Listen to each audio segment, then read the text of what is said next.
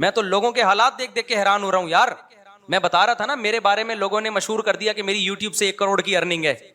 تو اگر یہ جھوٹی خبر ہے, کاش یہ خبر میرے کنوارے پن میں جاری ہو جاتی, کیونکہ میرے بہت سے رشتے ارننگ دیکھ کے ریجیکٹ ہوئے ہیں کہ مفتی صاحب دکانیں پکوڑوں کی, دکانیں باتیں کروڑوں کی اور دکانیں پکوڑوں کی. تو ہم سے تو ہماری آمدن کا جو وہ تو اب اللہ نے مجھے الحمدللہ, میں یہ نہیں کہ کوئی غریب آدمی ہوں, اللہ نے مجھے مالی وسعت دی الحمدللہ. اور یہ جو میرے باہر کے دورے ہوتے ہیں نا, جاپان جا رہے, لوگ کہتے ہیں بڑا پیسہ ہے یار, کبھی جاپان جا رہا ہے کبھی ادھر جا رہا ہے, کبھی اپنے خرچے پہ ہوتا ہے, زیادہ تر اسپانسر ہوتے ہیں. اور اسپانسر مجھے گھمانے کے لیے نہیں ہوتے, دین کی تبلیغ کے لیے اسپانسر کیا جاتا ہے. اور اسپانسر کا مطلب آنے جانے کا کرایہ وہ لوگ دیتے ہیں جو بیانات کروا رہے ہیں تبلیغ کی نیت سے. باقی جو میں گھوم رہا ہوتا ہوں یہ غریبی ہے. جاپان میں گھومنے کے لیے نہیں گیا تھا, جاپان میں بیانات کے لیے گیا تھا, اور ایک ایک دن میں 2 بیانات ہوئے ہیں. ہاں بیان سے فارغ ہوتے تھے تو گھوم بھی لیتے تھے. تو لوگ سمجھ رہے ہیں کہ یہ عیاشیاں کر رہے ہیں جاپان میں, اور یہ کوئی عیاشی ہے؟ ٹرین میں بیٹھے ہوئے کیا عیاشی ہے یار, یہ یہاں سے وہاں چلے گا, یہ کوئی, یہ تو بیوقوفوں کا کام ہے یار, اس کو عیاشی سمجھنا. غریبوں والی سوچ ہے نا, صحیح غریبوں والی سوچ, اس کو یہ کیا عیاشی ہے. تو میری اچھی آمدن ہے الحمدللہ, غریب نہیں ہوں, لیکن اتنی نہیں کہ کروڑوں کی آمدن ہو. اچھا میں یہ جاپان والی بات مکمل کر دوں کہ لوگ اسپانسر کرتے ہیں اکثر و بیشتر تبلیغ کے لیے, لیکن میرے بیانات کا کوئی پیسہ نہیں ہوتا. اسپانسر میں یہ داخل نہیں ہے کہ میں جا رہا ہوں تو مجھے بیان پہ پیسے ملتے ہیں کہ آپ آئیں گے تو آپ کو اتنے پیسے, کیونکہ بعض خطیبوں کا یہ سیٹ اپ ہے, وہ جب کہیں جاتے ہیں تو ان کو اسپانسر بھی کیا جاتا ہے, پھر ان کے الگ سے پیسے بھی ہوتے ہیں. اس پر میری طرف سے پابندی ہے.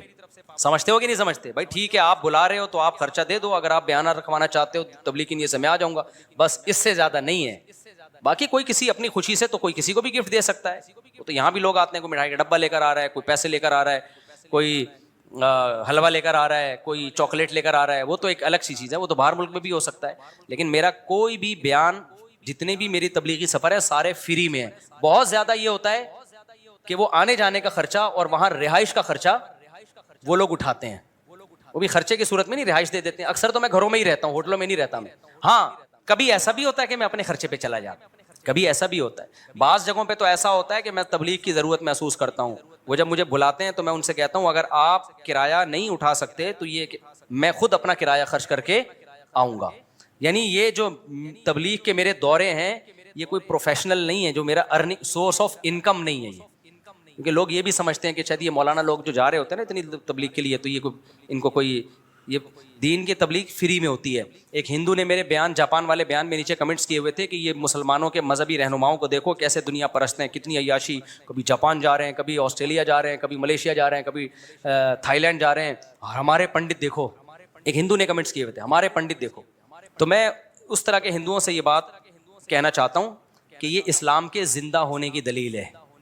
مسلمان پوری دنیا میں ہیں اور وہ سمجھتے ہیں اسلام برحق مذہب ہے, تو لاکھوں روپے خرچ کرتے ہیں اس کی تبلیغ کے لیے, خرچہ اٹھاتے ہیں کہ مسلمان اسکالرس کو بلا کے ہم نے ان سے بیانات کروانے ہیں. اس میں نہ ان کا فائدہ ہوتا ہے دنیا کا, نہ میرا کوئی دنیا کا فائدہ ہوتا ہے. سمجھتے ہو کہ نہیں سمجھتے؟ دوسرے مذہبی رہنماؤں کو ان کے مریدین اتنا پروٹوکول دیتے نہیں ہیں. اب جاپان میں جو ہندو ہیں وہ کبھی یہ نہیں کریں گے کہ انڈیا سے ہندو کو اسپانسر کریں اور دین کی تبلیغ کے لیے بلائیں. وہ اتنا پیسہ خرچ کرنے کا ان کے پاس دل ہی نہیں ہے. یہ دل اور جگر اللہ نے کس کو دیا ہے؟ یہ مسلمانوں کو دیا ہے. تو یہ اسلام کے زندہ ہونے کی دلیل ہے. یہ نہیں آئی میرا خیال ہے بات. تبھی آپ دیکھو مفتی تقی عثمانی صاحب پوری دنیا جا چکے ہیں.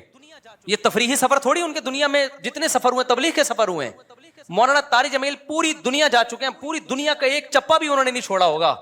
تو آپ کیا سمجھتے ہو یہ کیا گھومنے پھرنے گئے تھے؟ یہ تبلیغ کے لیے. تو جن لوگوں نے بلایا لاکھوں روپے خرچ کیے ان لوگوں نے, حضرت مفتی تقی عثمانی صاحب پہ بھی, میرے پر بھی خرچ کرتے ہیں. تبلیغ یہ میرے پہ نہیں ہو رہے, یہ کس پہ ہو رہے ہیں؟ یہ اسلام پہ خرچ ہو رہا ہے. تو کسی اور مذہب کے حاملین میں اتنا جگر ہی نہیں ہے کہ وہ اپنے مذہب کی تبلیغ پہ اتنے روپے خرچ کریں. یہ مسلمانوں کو اللہ نے جگر دیا ہے, اور تھوڑے تھوڑے تاجر بھی ٹھیک ٹھاک خرچہ کر رہے ہوتے ہیں. سمجھ میں آ رہی ہے کہ نہیں آ رہی ہے؟ تو بھائی یہ اسلام کے زندہ ہونے کی دلیل ہے کہ مسلم. میں جب عالم بن رہا تھا تو میں آپ کو بتاؤں, مجھے لوگوں نے تانا دیا کہ ملا کی دوڑ مسجد تک, اور میرا بھی یہی خیال تھا کہ میں مسجد اور گھر کے علاوہ کہیں بھی نہیں جا سکتا. جاپان کا تو میں نے خواب بھی نہیں دیکھا تھا. مجھے کسی نے دوسرے نے کہا کہ آپ اگر عالم بن گئے نا اور علم میں مضبوطی ہوئی تو مفتی صاحب, مجھے اس وقت تو مفتی صاحب نہیں کہتے تھے لوگ, اس وقت جو بھی مجھے نام سے پکارا, جس نے بھی, جو دوست کا, بھائی کا, جو بھی کہا, اس نے کہا آپ کے پوری دنیا میں سفر ہوں گے. مجھے لگا کہ اس سے بڑا لطیفہ میں نے اس سے پہلے دنیا میں کبھی سنا نہیں کہ میں ملا آدمی قرآن و سنت جاننے والا نہ کسی کمپنی میں اس سرٹیفکیٹ کی بنیاد پر مجھے اچھی جاب مل سکتی ہے. پھر ہم تو روحانی عملیات والوں کے بھی خلاف ہیں, ورنہ مذہبی لوگ وہ روحانیت جیسا جیسے اللہ کہہ رہا ہے ویسے کریں, اپنے عمل کو درست کریں. سورہ بقرہ میں اللہ کا ارشاد ہے لیس البر ان تولوا وجوہکم قبل المشرق والمغرب ولکن البر من آمن باللہ والیوم الآخر والملائکۃ والکتاب والنبیین. فرمایا ادھر ادھر منہ کر لینا یہ کوئی نیکی نہیں ہے. اصل نیکی یہ کہ پہلے اپنا ایمان درست کرو اور پھر وَأَقَامَ الصَّلَاةَ وَآتَى الزَّكَاةَ وَالْمُوفُونَ بِعَهْدِهِمْ, نماز قائم کرو, زکوٰۃ دو, معاہدوں کی پابندی کرو, اور وَآتَى الْمَالَ عَلَىٰ حُبِّهِ, صرف اللہ سے محبت کی بیس پر ذوی القربى رشتہ داروں کو پیسے دو, رشتہ داروں کو پیسے دو. والیتامى, یتیموں کو کھلاؤ, یتیموں پہ خرچ کرو. والمساکین, مسکینوں کو کھلاؤ. وابن السبیل, مسافروں پر خرچ کرو. الو نہ بناؤ مسافر کو کہ اس کو کیا پتا یہاں کے ریٹ کا, تو الو بناؤ اس کو, ایسا نہیں, مسافروں کا خیال کرو. تو یہ 4 قسم کے طبقے پر احسان کرو, اور نماز بھی قائم کرو, اور زکوٰۃ الگ سے دو. اور والصابرین فی البأساء والضراء, کوئی پریشانی آئے تو صبر کرو, چاہے وہ مالی پریشانی ہو, فی البأساء والضراء جسمانی پریشانی. وحین الباس, اگر میدان جنگ میں لڑنا پڑے تو میدان جنگ میں صبر سے لڑو. اولئک الذین صدقوا, اللہ فرماتے ہیں جن لوگوں کی یہ صفات ہیں یہ ہیں سچے ایمان کے دعوے میں. ہم لوگوں نے اسلام کو بھی ایک, یعنی یوں سمجھیں کہ ایک فیشن ہوتا ہے نا, مختلف قسم کے موسموں میں مختلف قسم کی ایکٹیویٹیز ہوتی ہیں. محرم میں ہمارے ایک نئی قسم کی ایکٹیویٹیز ہوتی ہیں, ربیع الاول میں الگ قسم کے مسلمان بنے ہوتے ہیں ہم لوگ, ٹھیک ہے نا. تو یہ 2 مہینے خاص طور پر ایسے ہیں جس میں یہ 2 مہینے کی جتنی ہماری ایکٹیویٹیز ہیں وہ سب ہم اخپل طریقے سے گزارتے ہیں. جس طرح اللہ اس کے رسول نے بتایا اس طرح سے نہیں گزارتے. اسلام میں کسی کی یوم ولادت یا یوم شہادت یا یوم وفات اس کو کوئی اہمیت نہیں دی گئی ہے. اگر دی گئی ہوتی تو سب سے پہلے محمد صلی اللہ علیہ وسلم کا یوم وفات کا دن ایسا تھا کہ اس پہ ہمیں غم منانے کا حکم دیا جاتا, اور یوم ولادت ایسی تھی جس پہ ہمیں خوشی منانے کا حکم دیا جاتا. کہیں بھی نہیں ملتا ہمیں. بعض حضرات یہ کہتے ہیں کہ آپ صلی اللہ علیہ وسلم کو خواب آیا تھا جس میں بتایا گیا کہ آپ کے نواسے حضرت حسین جو جنت کے سرداروں کے, جنت کے نوجوانوں کے سردار ہیں, ان کو آپ کی امت شہید کرے گی. تو آپ بلک بلک کے رونے لگے. اس سے بعض لوگ استدلال کرتے ہیں دیکھو غم حسین میں رونا چاہیے. تو یاد رکھو نبی صلی اللہ علیہ وسلم کو جب اطلاع ملی آپ کو غم ہوا آپ روئے, تو جب بھی کوئی غم کسی کو پہنچتا ہے اس کی آنکھوں سے آنسو نکلنا یہ نیچرل ہے. تو ایسی خبر کو سن کے آپ کو رونا آ جائے تو یہ سنت ہے, اس میں کوئی حرج نہیں ہے. لیکن کیا ہر سال نبی صلی اللہ علیہ وسلم جس دن یہ خواب آیا تھا تو اگلے سال اسی تاریخ میں دوبارہ روئیں, پھر اسی تاریخ میں دوبارہ روئیں؟ بھائی جب غم کی خبر ملی تو روئے آپ صلی اللہ علیہ وسلم. حضرت جعفر طیار آپ کے چچا زاد بھائی, ان کی شہادت کی آپ کو اطلاع ملی تو بھی آپ کے آنکھوں سے آنسو جاری ہوئے. تو کیا اب حضرت جعفر کے غم میں رونا بھی سنت ہوگا؟ بولو نا بھائی. اگر آپ صلی اللہ علیہ وسلم حضرت عثمان کے دور میں زندہ ہوتے اور اس طرح بے دردی سے حضرت عثمان کو شہید کیا جاتا تو کیا آپ نہ روتے ہیں بھائی؟ تو پھر حضرت عثمان کی یوم شہادت پہ رونا بھی کیا ہے؟ سنت ہونا چاہیے نا. حضرت عثمان کی شہادت کی نبی کو اطلاع ملی تھی, وہ جھوٹی افواہ تھی. صلح حدیبیہ کے موقع پر آپ صلی اللہ علیہ وسلم نے حضرت عثمان کو قاصد بنا کے بھیجا, اطلاع ملی کہ ان کو شہید کر دیا. آپ ایسا درد اور ایسا غضبناک ہوئے کہ آپ نے 1400 صحابہ سے موت پر بیعت. تو جب آپ کو سچی مچی کی اطلاع ملتی کہ واقعی ابھی تو افواہ تھی, یقین نہیں تھا, جب آپ صلی اللہ علیہ وسلم کو حقیقت میں اطلاع ملتی کہ آپ شہید ہو گئے تو کیا آپ نہ روتے؟ آپ صلی اللہ علیہ وسلم کو اپنی نواسی آپ کی گود میں تھی, اس کا انتقال ہوا, آپ کی آنکھوں سے آنسو جاری ہوئے. صحابہ نے کہا یا رسول اللہ آپ تو ہمیں صبر کی تلقین کرتے ہیں, آج آپ رو رہے ہیں. تو فرمائی اللہ کی رحمت ہے, یہ تو اللہ کی رحمت ہے بھائی, اولاد ہے میری. تو کیا جب حضرت وہ جو آپ صلی اللہ علیہ وسلم کی نواسی کا انتقال کی تاریخ آئے گی تو ہم سب روئیں گے بیٹھ کے؟ بولو نا بھائی.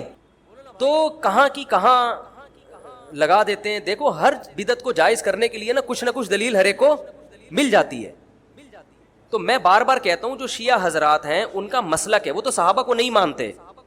تو ان کا جو مسلک ہے ان کو کرنے دیں, ان کے کام میں ٹانگ نہ اڑائیں, نہ ان سے بحث کریں, نہ ان کے کام میں ٹانگ اڑائیں. بولے بھائی آپ کا مسلک ہے آپ کریں. میں کہتا ہوں جو سنی لوگ ہیں جن کے اصول ہی الگ ہیں ان سے, وہ یہ سب کیوں کر رہے ہیں؟ ٹو دا پوائنٹ بات ہو نا, مختصر ہو, وہ تو زیادہ اچھی طرح دماغ میں بیٹھ. تو لیبلوکم ایکم احسن عملا, اللہ دیکھنا چاہتے ہیں تم میں اچھا عمل کون کرتا ہے. اب اچھے عمل میں سچ بولنا اچھا عمل ہے, جھوٹ بولنا اچھا عمل, جن کو آج ہم نے اچھے عمل کی فہرست سے نکال دیا. میں یہ عرض کر رہا تھا کہ عیسائیوں میں رہبانیت آئی, تبھی تو وہ ریاست اور اسٹیٹ کے ساتھ چل نہیں سکا نا وہ مذہب.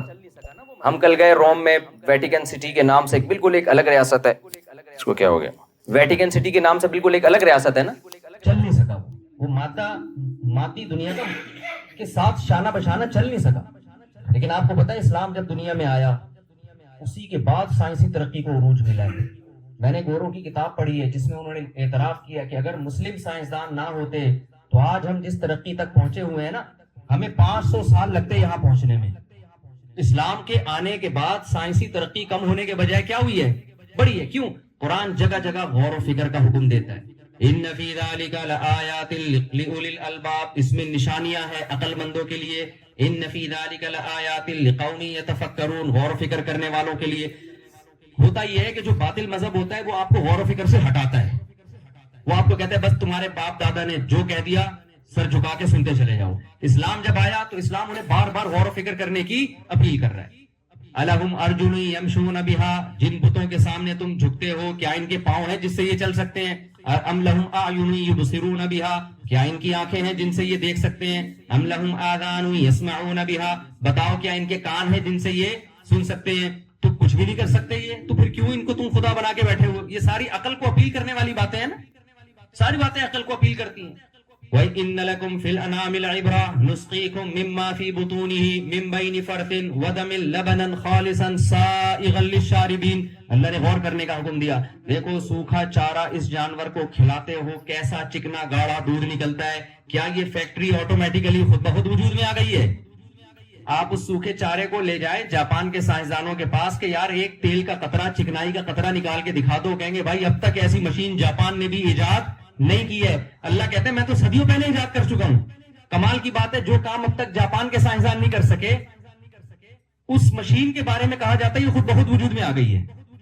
اس مشین کے بارے میں جس کو گائے بھینس کہتے ہیں, یہ کیسے ہو سکتا ہے بھائی؟ جو کام اب تک بڑے بڑے سائنسدان جو مشین نہیں بنا سکے وہ مشین آٹومیٹیکلی کیسے خود بخود وجود میں آ گئی؟ تو اللہ نے ہمیں کیوں بنایا میرے بھائی؟ یہ بات دماغ میں رہے گی آپ لوگوں کے. اللہ نے ہمیں اٹلی میں پیسہ کمانے کے لیے پیدا نہیں کیا.